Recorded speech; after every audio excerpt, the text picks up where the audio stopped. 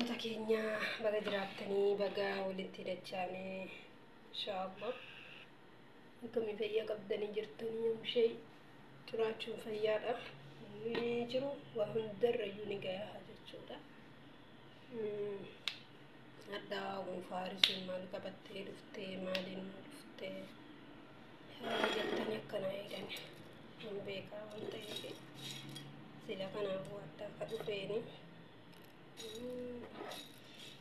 maali jettanii warri beekan koomentii jala akkana ilaaltanii jannamni isinii gale koomentii jala barreessa suni nanuu isinii maal godhaa isinii eega isinis mungkin afaan garaagaraati oromiyaan yookaan nu amma fakkeenyaaf fi gara Arsii kanatti qishira jennaani jechuudha.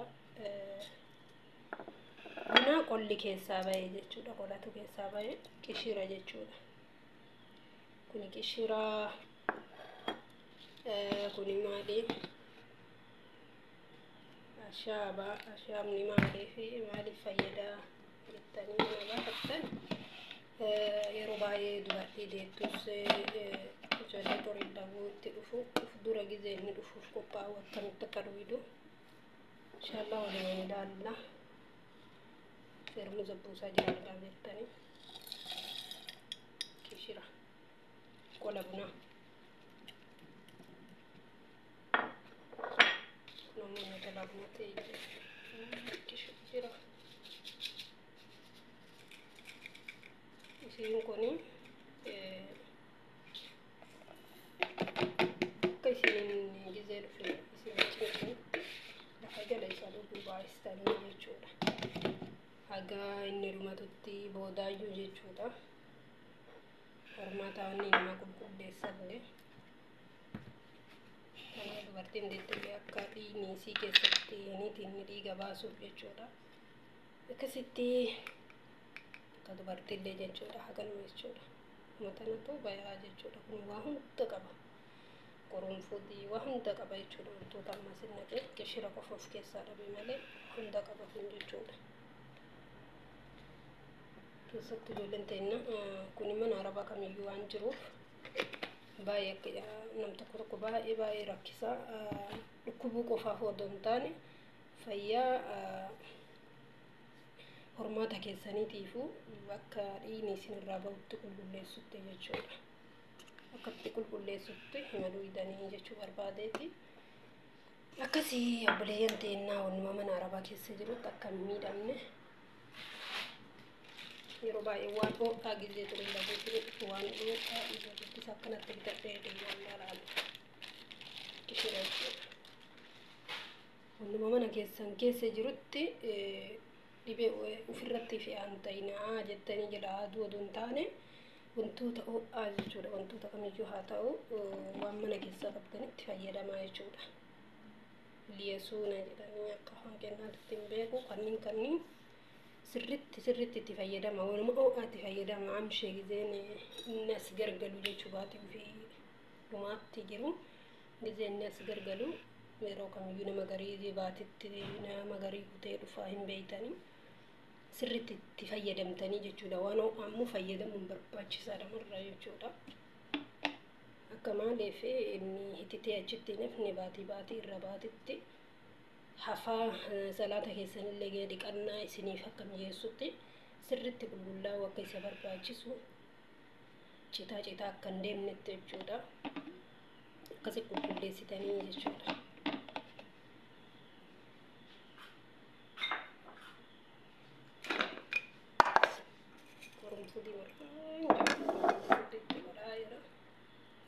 Qorumfuudhiin garuu gaazaa waliin dakkamellee jiraan kun hafuura baay'ee namatti tola.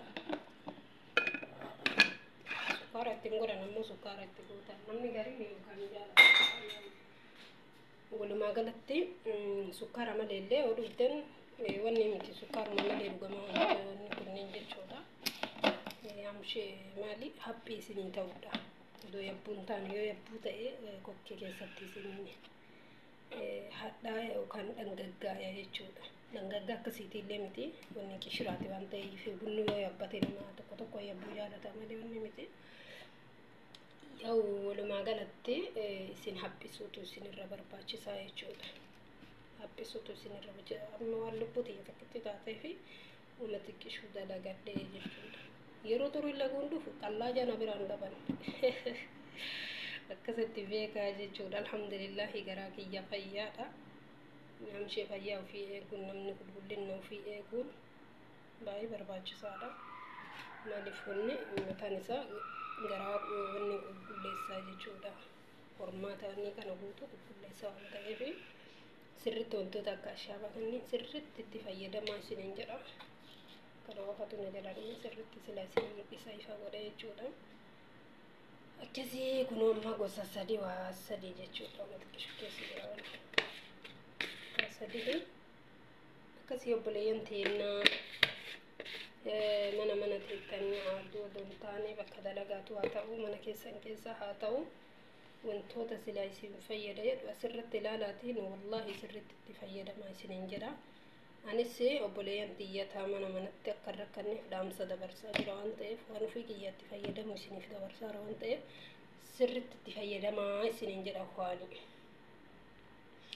Akkasii wanti biraa በተለየ ጊዜ dubartiin deessuu yoo hatta jechuudha wantoota akkana wantoota obaasaniin beeytanii dubartii deesse wantoota waan obaasaniif kunis bifuma sanii jechuudha bifti dhiigni namarraa ba'u bifuma dayaasa waan ta'eef sirriitti qulqulleessaa yeroo namootu akka salaata keessanis waqtii isinirraa noofne yookaan yeroo isinirraa hin finnetti isinirraa baasaa jechuudha. Habisee booda jijjiiramatu jira waan ta'eef akkasitti dafee yeroo nu ofirraa deema jechuudha. Citaa nu dhufuu jechuu barbaadeeti waan ho'aati dhugayye yeroo kamuu jechuudha.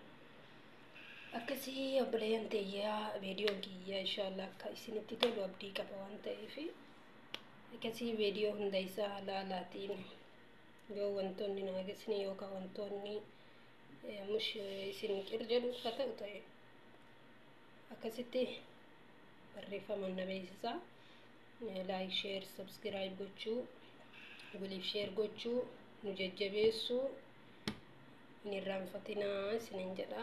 Oromoon wal jabeessiti waan ta'eef namoota bira akkasitti gayaallee viidiyoon waliif sheer gootanii namoota bira ga'ee isinis fayyada nus fayyada waan ta'eef akkasii isiniin jedha.